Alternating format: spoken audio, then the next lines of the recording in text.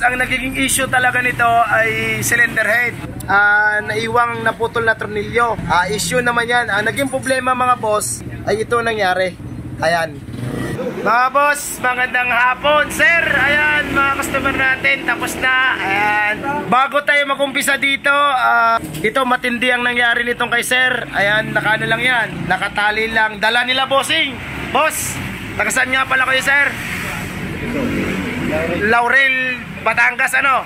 Ayan si boss kasama. Boss, shout out. Ayan, nahiya si sir.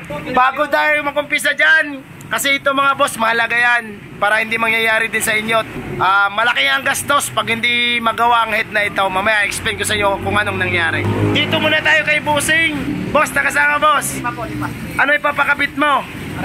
Tapos, nasan yung hawak mong isa? Tawag nun, Honeywell seats. Sa ibang mo napakabit yan sir. Hindi kami marunong yan. Hindi marunong ka kanan pre. Hindi ako. Hindi ka marunong. Ayan.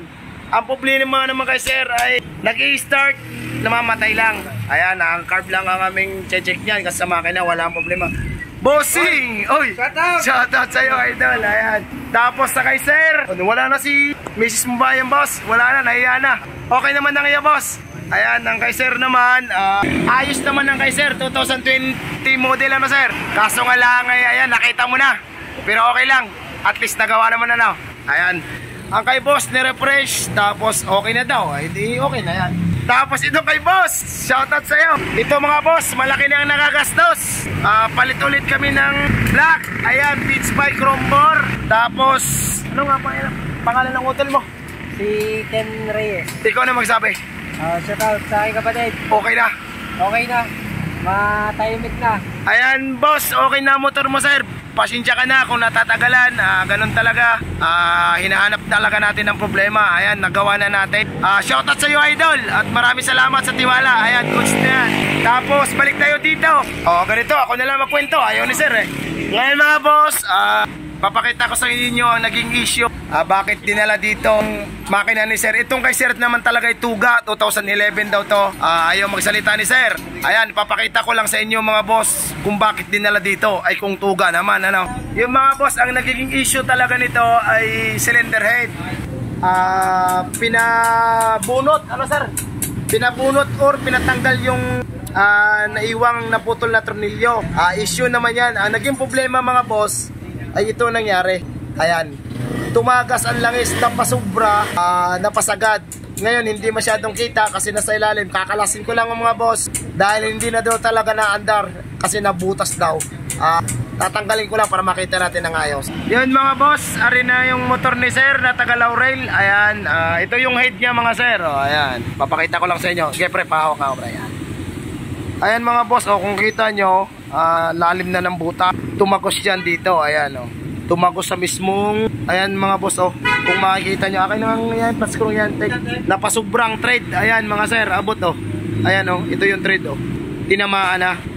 Ang mangyayari nito, magkakalangis talaga dahil lumampas kumbaga papasok ang langis dito, tatagas. At sabi ni sir naman, nung binuo na, ayaw na din umandar. Tingin ko, baka may mali lang sa buo. Pero kahit butas to, aandar pa rin. Magkakalangis lang talaga. Ang gagawin nito mga boss, tatanong muna namin sa manggagawa. Hindi naman kami nagawa nito. Kung kaya pang build upan, hanggang doon na lang talaga ang kaya. Ngayon, pag hindi, boss, doon na lang magsalita. Uwi na lang sir. Ayan, ganyan na lang muna. At mahirap naman pabili natin sir kung wala pa naman budget, sadyang ganon. Pero susubukan natin dalhin sa manggagawa dito sa Tarawan baka kaya. Yun mga boss, ito na yung ginawa dito hindi ako naghinang nito papaliwanag ko lang sa inyo. Ayan, ayan ang naging resulta. At least nagawa ng paraan. Ayan mga boss kaysa dati, bago pinagawa, basag to, tapos tumagos yan dito. Ayan, sa pagtutusukan ng stud. Pero goods na yan, natakpan na yan, ayos na yan, hindi natatagas ang langit.